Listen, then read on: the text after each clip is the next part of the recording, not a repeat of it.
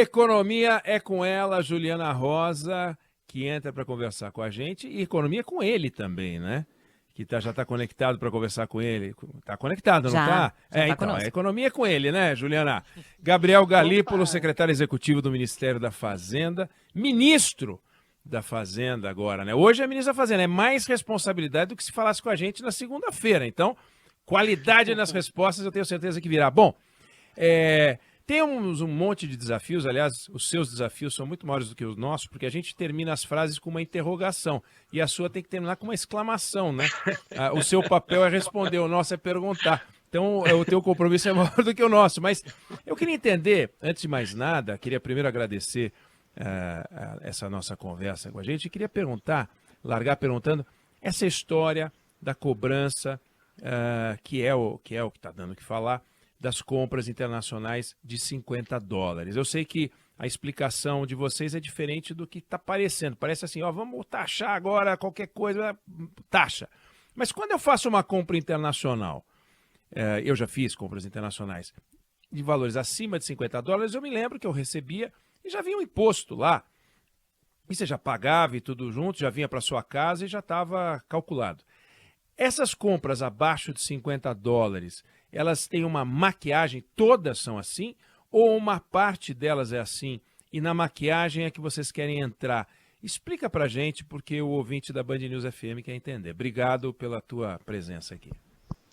Perfeito, eu que agradeço o convite, a oportunidade, é um prazer estar aqui com vocês e é muito importante a gente poder ter essa oportunidade que vocês estão nos dando aqui para explicar, porque a intenção da Fazenda é justamente deixar o debate e todas as medidas o mais transparente possível, porque todos esses tipos de esforços fiscais que existem, feitos pela sociedade brasileira, seja do ponto de vista de tributação, ou renúncia fiscal, ou despesa efetivamente, eles são essencialmente um pilar ali do processo democrático, que é como funciona o orçamento. Então, a transparência disso para a sociedade é muito relevante para que a gente possa ter sucesso nisso. E como você bem disse ali, não há qualquer tipo de criação de imposto novo, nem revogação de qualquer tipo de isenção fiscal para quem adquire qualquer tipo de produto de uma empresa vindo de fora. Ou seja, se eu adquirir de uma empresa vindo de fora, jamais houve qualquer tipo de linha de isenção fiscal para o valor do produto.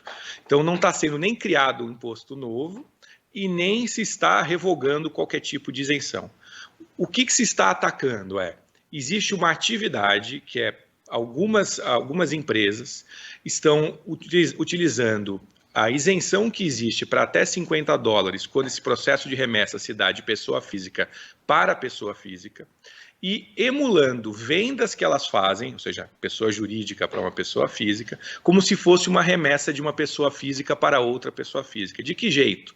Mandando um container ou vários containers com milhares de produtos fracionados e subfaturados, com nomes fictícios, muitas vezes de artistas ou celebridades internacionais, como se elas estivessem enviando um produto de uma pessoa física para outra, justamente para não pagar imposto. Então, não é desejável, do ponto de vista dos estímulos que a gente dá para a economia, né, e para a sociedade, que você confira uma vantagem competitiva para uma empresa que a grande inovação que ela tem, ou a grande questão para ela de vantagem competitiva é ela arrepiar a lei e andar fora à margem do que é o regimento legal do país. Então, como você bem disse, é uma atuação da Fazenda para coibir o subterfúgio utilizado hoje através de um tipo de aproveitamento de algo que existe nas nossas diretrizes legais para tentar escapar de pagar impostos e competir de maneira desigual com quem está dentro da lei e, simultaneamente, gerar uma série de outros problemas. Por isso que, muitas vezes, essas aquisições com empresas que fazem esse tipo de atividade, elas podem demorar para chegar, às vezes nem chegar, chegam com produtos de qualidade duvidosa, às vezes, além do prejuízo para o erário público e para a geração de emprego do país. Juliana.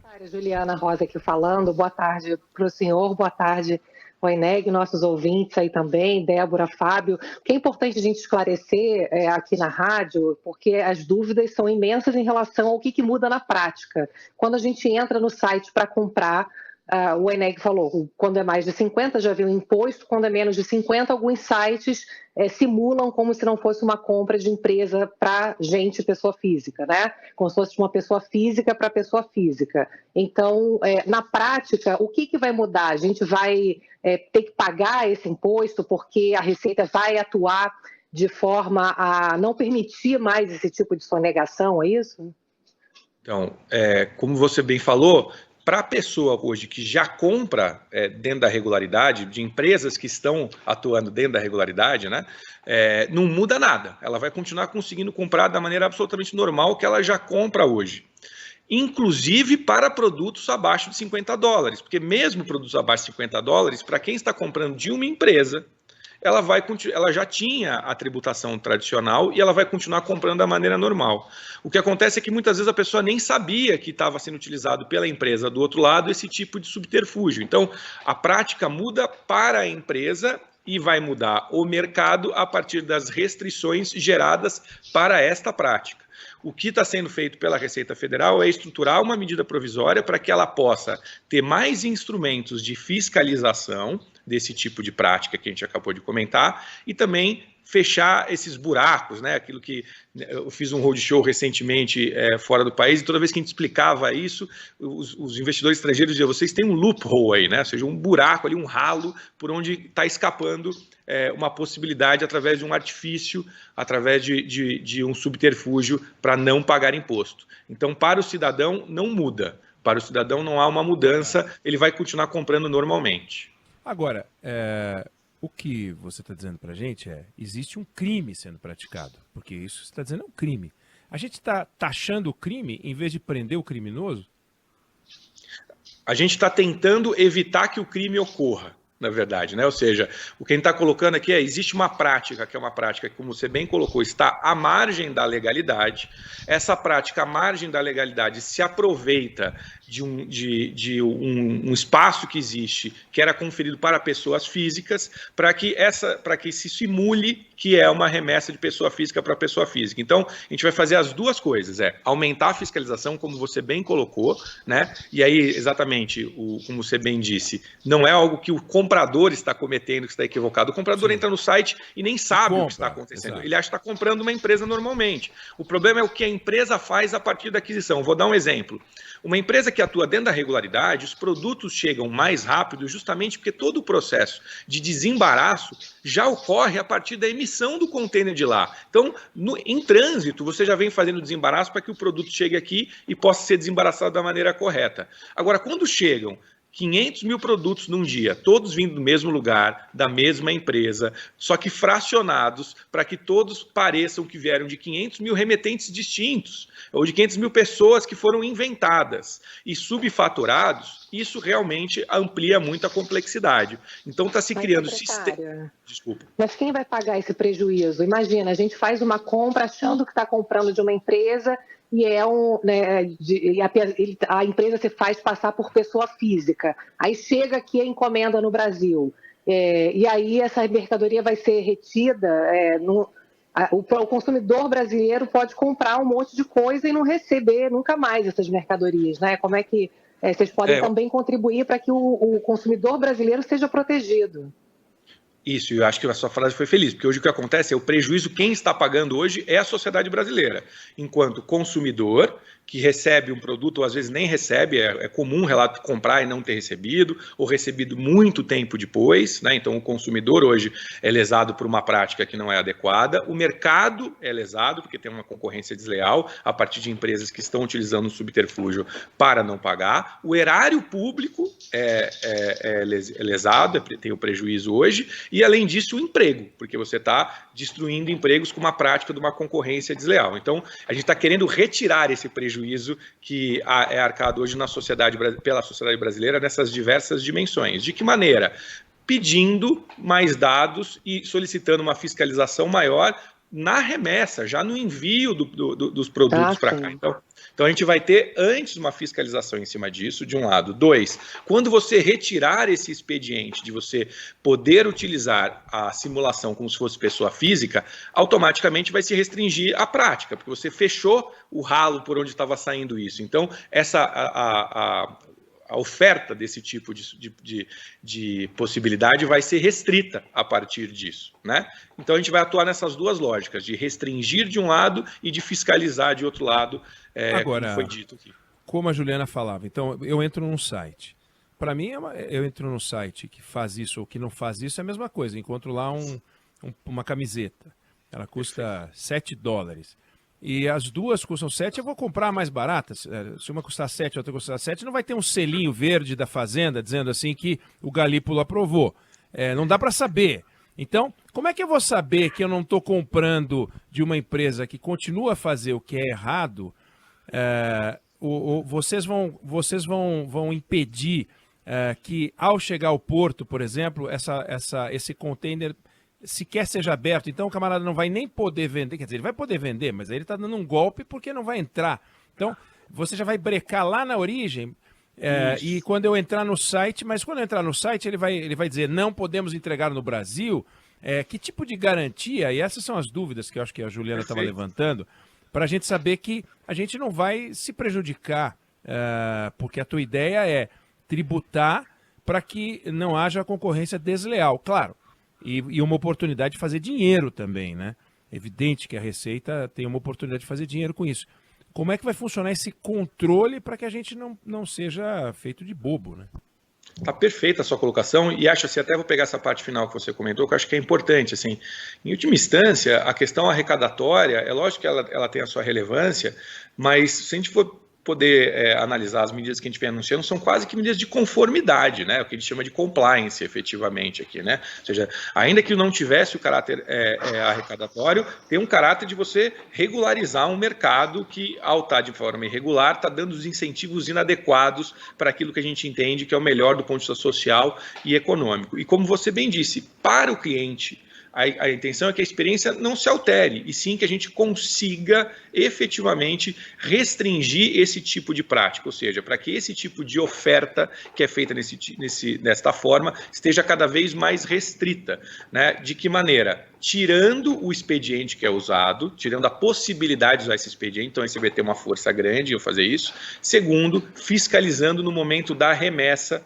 imediatamente. Então a gente vai fazer, antes de sair, a gente vai já pedir uma série de informações e para isso a MP é importante, para que a Receita tenha a possibilidade para fazer uma fiscalização através de tecnologia mais adequada sobre essas informações, e porque a intenção da Receita, como você bem comentou, é que a gente possa gradativamente, esse é um projeto do secretário Barreirinhas que conta com o apoio de toda a equipe técnica da Receita, que ela passe a ser cada vez mais um órgão informativo e menos punitivo, né? Vou dar 2 exemplos aqui.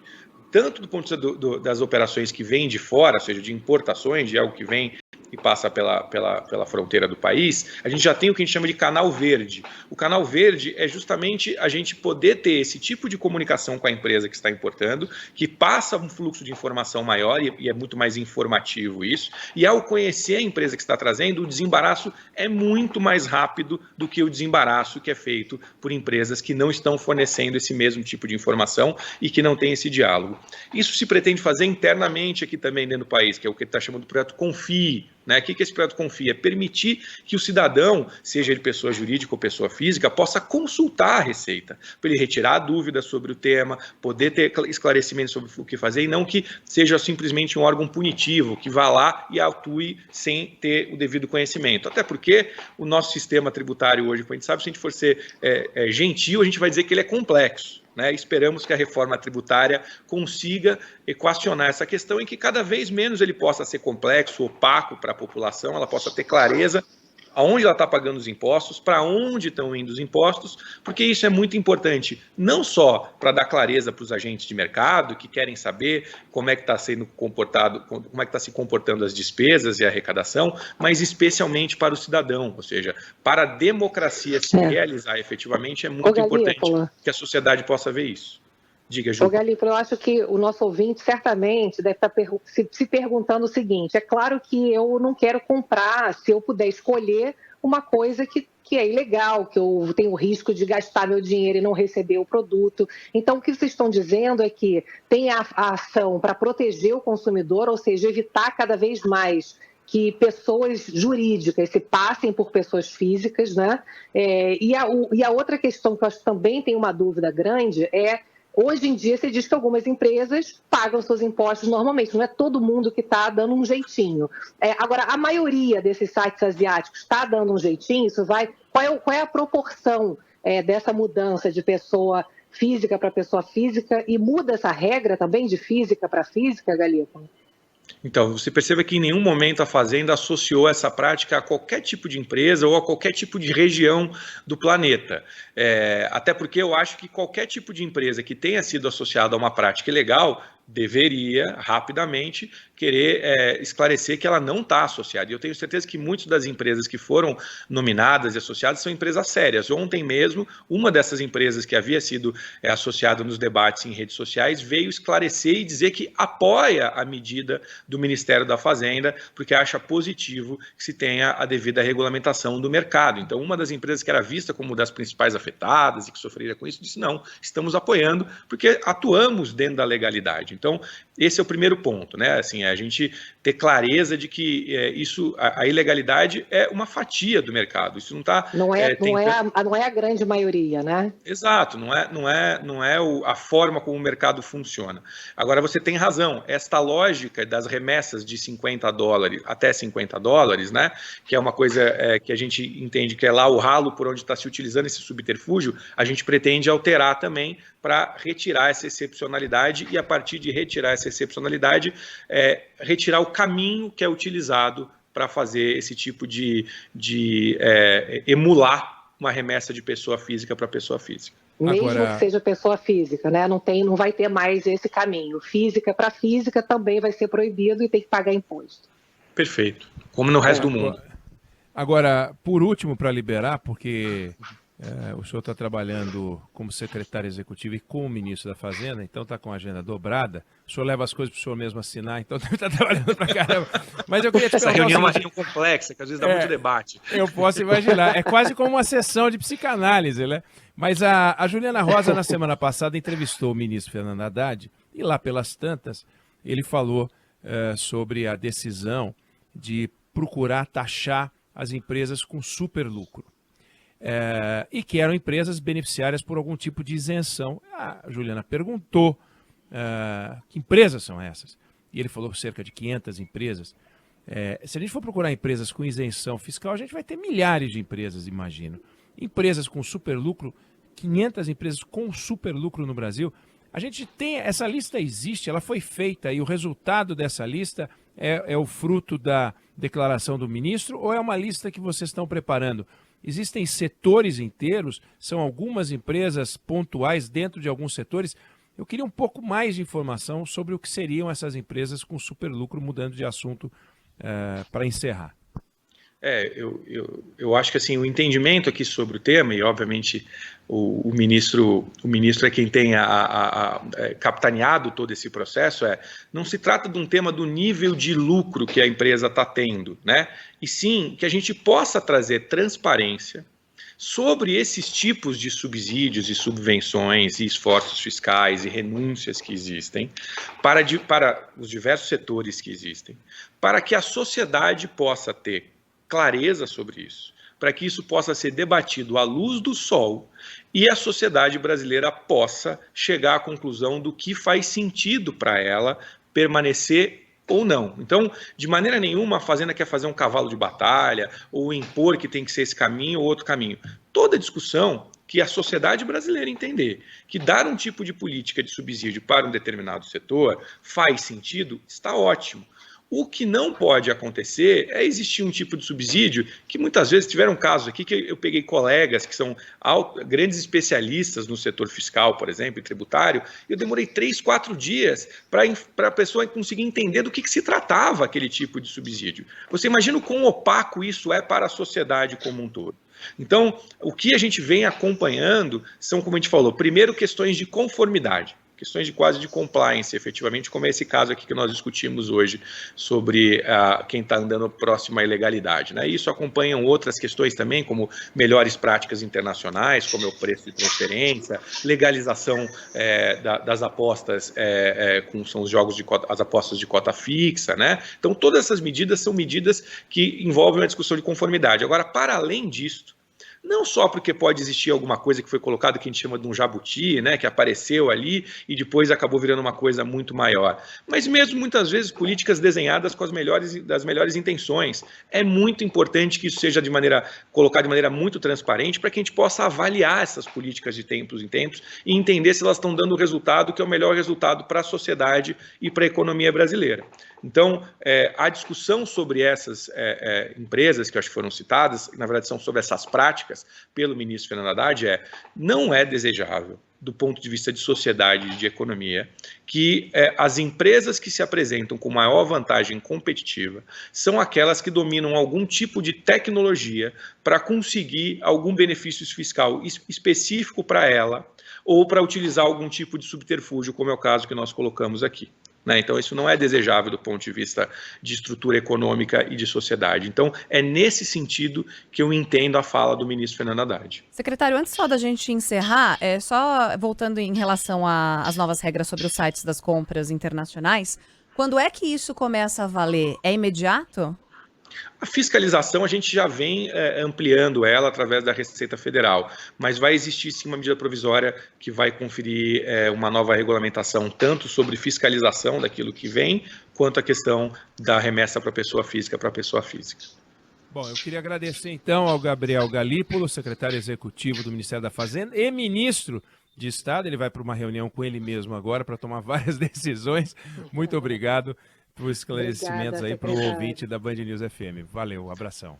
Eu que agradeço. Muito obrigado, um abraço. Obrigada, secretário, bom trabalho. E agradecer também a Juliana Rosa, que hoje a gente fez uma coluna diferente, né, Juliana? Mas amanhã Muito a gente bom. Volta para uma coluna para você contar para a gente as novidades. Valeu, Juliana, obrigado também. Coluna direto da fonte. Direto da fonte. Valeu, beijo, até amanhã. Beijão.